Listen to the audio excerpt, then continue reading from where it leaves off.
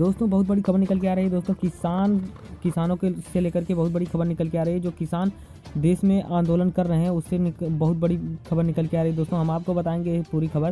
दोस्तों किसान नेताओं ने 8 दिसंबर को किया राष्ट्रव्यापी बंद का आह्वान, नए कानून को खत्म करने से कम कुछ भी स्वीकार नहीं करेंगे। दोस्तों ऐसा कहा है किसानों ने। तो दोस्तों पूरी खबर ये है, चलिए आपको हम बताते हैं कि पूरी खबर क्या है। कृषि कानूनों के खिलाफ किसानों का आंदोलन लगातार 9वें दिन गुरुवार को 7 घंटे से ज़्यादा चली।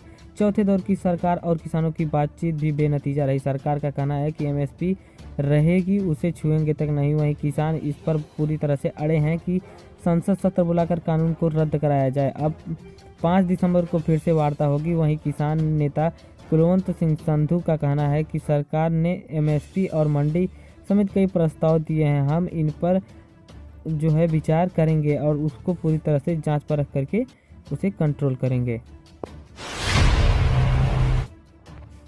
तो दोस्तों अगली बड़ी खबर निकल के आ रही है दोस्तों, हैदराबाद इलेक्शन रिजल्ट से, जो कि बहुत बड़ी खबर है दोस्तों। नतीजों में भाजपा को बड़ी बढ़त, टीआरएस और एआईएमआईएम को नुकसान। तो दोस्तों बीजेपी को बढ़त मिल गई है। दोस्तों आपको पूरी खबर बताते हुए हम तुरंत आपको लेटेस्ट अपडेट बता रहे हैं दोस्तों। ग्रेटर हैदराबाद नगर निगम के लिए शुक्रवार का दिन काफ़ी ही अहम रहा। आज नगर निगम चुनाव के लिए मतगणना जारी है और दोस्तों पूरी हम आपको खबर बता रहे हैं। निगम के 150 वार्डों के लिए 1122 प्रत्याशी मैदान में उतरे हैं।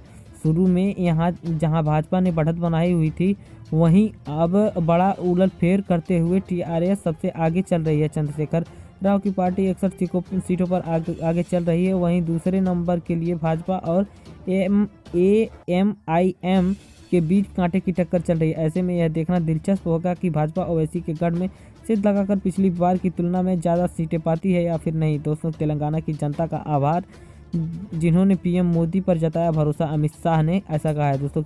गृहमंत्री अमित शाह ने प्रधानमंत्री नरेंद्र मोदी पर विश्वास जताने के लिए तेलंगाना के लोगों का आभार प्रकट किया। उन्होंने ट्वीट करके कहा है कि मैं इस चुनाव में शानदार प्रदर्शन के लिए भाजपा अध्यक्ष जेपी नड्डा जी और राष्ट्रीय अध्यक्ष बंडी संजय कुमार को धन्यवाद देता हूं। इसके साथ ही उन्होंने तमाम कार्यकर्ताओं की मेहनत की भी सराहना की और साथ ही वह बहुत ही प्रसन्न दिखे। दोस्तों ऐसा उनके ट्वीट में दिखा।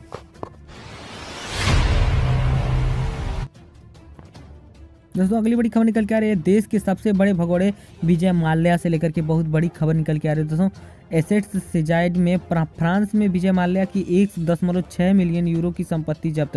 तो दोस्तों यह बहुत बड़ी खबर निकल के आ रही है। विजय माल्या की जो संपत्ति जब्त कर दी गई है। फ्रांस में विजय माल्या की 1.6 मिलियन यूरो करीब 14.34 करोड़ रुपए की संपत्ति प्रवर्तन निदेशालय यानी कि ईडी ने जब्त कर लिया। बताते हैं कि किंग फिशर एयरलाइंस लिमिटेड के मालिक और शराब कारोबारी विजय माल्या को भारत में भगोड़ा पूरी तरह से करार दे दिया गया। उल्लेखनीय है कि जनवरी 2019 में मनी लॉन्ड्रिंग यानी कि धन शोधन के मामले में विजय माल्या को कोर्ट ने भगोड़ा अपराधी घोषित किया था। माल्या के बारे में जानकारी है कि वह मार्च 2016 से ब्रिटेन में है। भारत सरकार विजय माल्या को प्रत्यार्पित करने की कोशिश में पूरी तरह से जुटी हुई है। ईडी ने यह जानकारी दी है कि अपने आधिकारिक ट्विटर हैंडल से यह जानकारी साझा की है कि ट्विटर के अनुसार बैंक धोखाधड़ी के एक मामले में प्रवर्तन निदेशालय के आग्रह पर विजय माल्या की 32 एवेन्यू फौज फ्रांस की संपत्ति फ्रांसीसी अधिकारियों ने जब्त पूरी तरह से कर ली है। तो दोस्तों अगली बड़ी खबर निकल के आ रही है दोस्तों, क्रिकेट की दुनिया से। जैसा कि आप जानते हैं इंडिया वर्सेस ऑस्ट्रेलिया, भारत ने ऑस्ट्रेलिया को 11 रन से हराया। T20 विकेट की लगातार 9वीं जीत। तो दोस्तों एक बहुत बड़ी खबर है दोस्तों, बहुत ही बड़ी खबर है। एक दिवसीय श्रृंखला में मिली हार के बाद भारतीय क्रिकेट टीम ने T20 भारतीय के पहले मुकाबले में ऑस्ट्रेलिया को 11 रन से मात दी है। टीम इंडिया की लगातार 9वीं T20 इंटरनेशनल जीत थी। कैनबरा में हुए 3 मैच की T20 सीरीज के पहले मुकाबले में भारतीय टीम ने टॉस गंवाकर पहले बल्लेबाजी करते हुए 161 पर रन बनाया।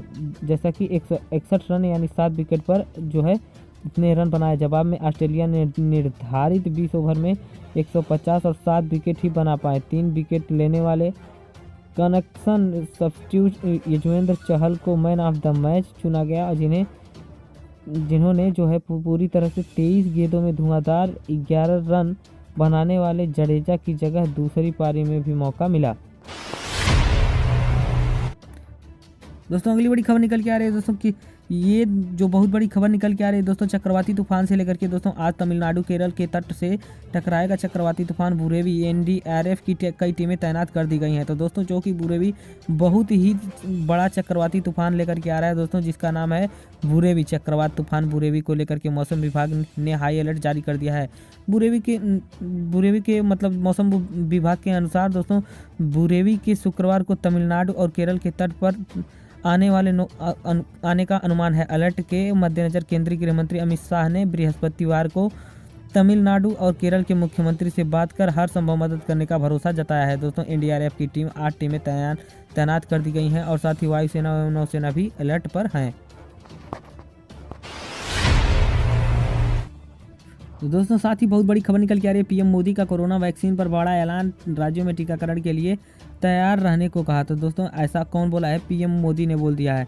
तो देश में जारी कोरोना महामारी और वैक्सीन को लेकर के प्रधानमंत्री नरेंद्र मोदी की अगुवाई में शुक्रवार को सर्वदलीय बैठक हुई। इस बैठक में लोकसभा और राज्यसभा के सांसदों ने पूरी तरह से भाग लिया। इसके अलावा विपक्षी पार्टी के प्रमुख नेताओं ने भी इसमें हिस्सा ले लिया है। बैठक के बाद प्रधानमंत्री ने कोविड वैक्सीन को लेकर के बड़ी बात कही और बताया कि कुछ ही हफ्तों में वैक्सीन आने की संभावना है। उन्होंने इस बात की ओर संकेत दिए कि वैक्सीन पहले बुजुर्गों कोरोना वॉरियर्स को दी जाएगी और साथ ही प्रधानमंत्री ने कहा कि 8 ऐसी वैक्सीन हैं जो ट्रायल के चरण में पूरी तरह से चल रही हैं। उनका कहना है कि कंपनियों की हरी झंडी मिलने के बाद टीकाकरण का काम शुरू हो जाएगा। वैक्सीन की कीमत पर प्रधानमंत्री ने कहा कि इसकी कीमत पर राज्यों से चर्चा जारी है। जन स्वास्थ्य को ध्यान में रख करके ही दाम तय किए जाएंगे। वहीं एक विशेष सॉफ्टवेयर पर भी पूरी तरह से काम चल रहा है जो कि टीके के स्टॉक और व्यावसायिक समय की जानकारी देगा। दोस्तों अगली बड़ी खबर निकल के आ रही है दोस्तों, जेपी नड्डा के हरिद्वार पहुंचते ही जय श्री राम के नारों से गूंजी धर्मनगरी देखें भव्य स्वागत कैसे की गई। हम आपको पूरी खबर बताते हुए आपको पूरी खबर हम समझाते हैं।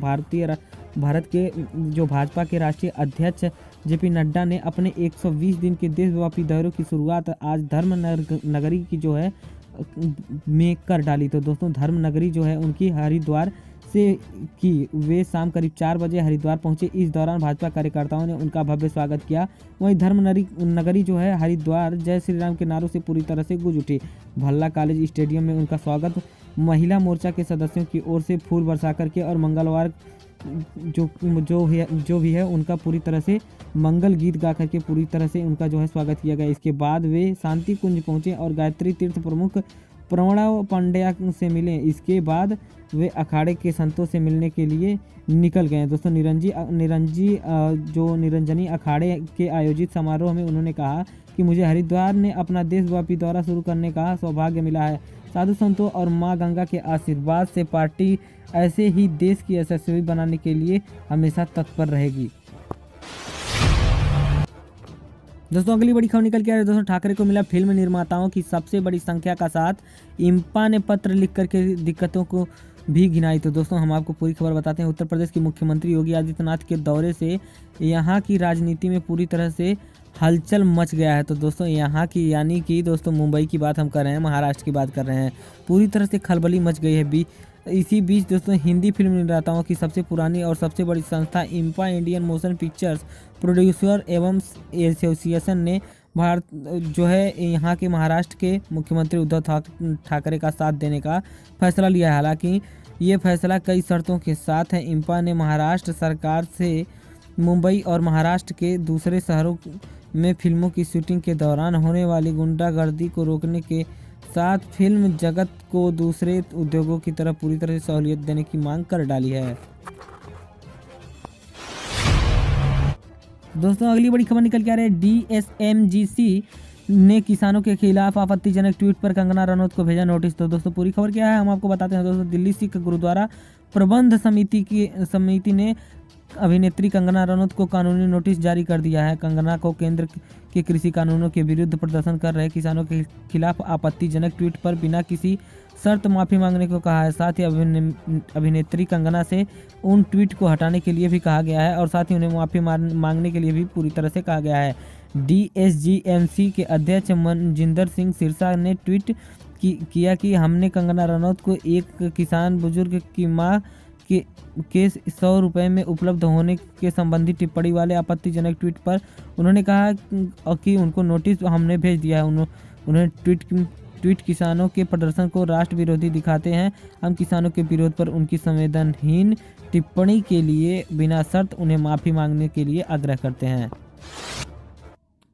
दोस्तों बहुत बड़ी खबर निकल के आ रही है दोस्तों, साथ ही इसके बहुत बड़ी खबर निकल के आ रही है दोस्तों गोल्ड सिल्वर प्राइस से लेकर के, यानी कि सोना चांदी के दामों से लेकर के बहुत बड़ी खबर निकल के आ रही है। सस्ता हुआ सोना चांदी की कीमत में 343 रुपये की गिरावट। तो दोस्तों हम आपको पूरी खबर बताते हैं कि क्या है। तो दोस्तों शुक्रवार को राष्ट्रीय राजधानी में सोने और चांदी की कीमत में गिरावट दर्ज की गई। HDFC सिक्योरिटीज के अनुसार वैश्विक बाजारों के अनुरूप और डॉलर के मुकाबले रुपये में आज पूरी तरह से तेजी आई है। सोने के भाव 136 रुपये गिर करके 48,813 रुपये प्रति 10 ग्राम हो गए हैं। पीली धातु यानी कि सोना गुरुवार को 48,949 रुपये प्रति 10 ग्राम पर बंद हुई थी। शुक्रवार कारोबार में आयोजित डॉलर के मुकाबले 16 पैसे बढ़कर के 73.77 पैसे के स्तर पर चला गया था।